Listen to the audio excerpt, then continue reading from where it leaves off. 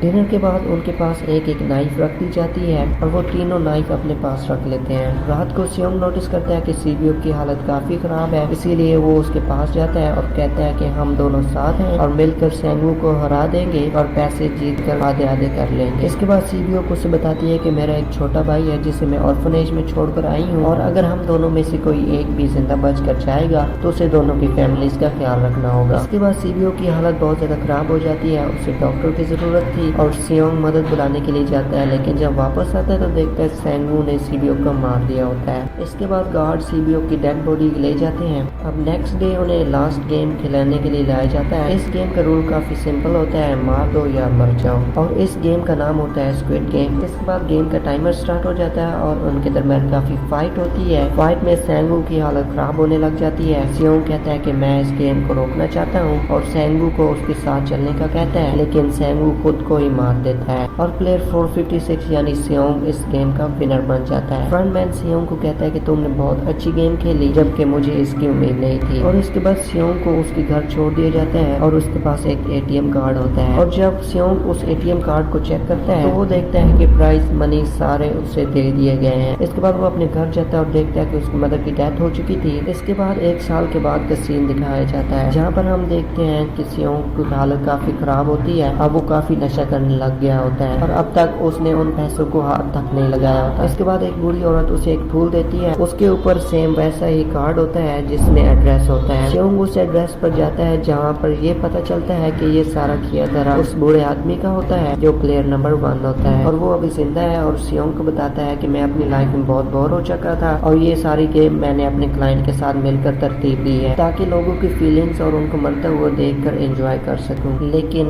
اس میں ہم نے کسی کو مجبور نہیں کیا ایسا کرنے کے لیے، اور وہاں میں نے گیم میں پارٹیسپیٹ اس لیے کیا کیونکہ گیم دیکھنے سے زیادہ گیم کھیلنے میں مزہ آتا ہے۔ بتاتا ہے کہ جو پیسے تمہارے پاس ہیں وہ میرے ہی پیسے ہیں، اور یہ کہہ کر اس کی ڈیتھ ہو جاتی ہے۔ سیونگ سی بیوک کے چھوٹے بھائی کے پاس جاتا ہے اور اسے اپنے ساتھ لے کر سینگو کی مدر کے پاس جاتا ہے، اور سینگو کی مدر کو کہتا ہے کہ اس کا خیال رکھنا، اور اسے ایک بیگ بھی دیتا ہے جو کہ پیسوں سے بھرا ہوا ہوتا ہے۔ اس کے بعد وہ اسٹیشن پر جاتا ہے جہاں پر وہ پھر اسی آدمی کو دیکھتا ہے جو سیریز کے سٹارٹ میں ملا تھا۔ سیونگ اس کا پکڑنے کے لیے بھاگتا ہے لیکن وہ آدمی بھاگ جاتا ہے۔ اس کے بعد وہ کارڈ والے نمبر پر کال کرتا ہے اور پوچھتا ہے کہ تم لوگوں کے ساتھ ایسا کیوں کر رہے ہو، اور آگے سے اسے سنتے ہی پہچان جاتے ہیں کہ یہ پلیئر 456 بول رہا ہے، اور وہ اسے رپلائی دیتے ہیں کہ اگر تمہیں زندہ رہنا ہے تو جلدی سے پلین پہ چڑھ جاؤ، اور یہیں پہ سیزن ختم ہو جاتا ہے۔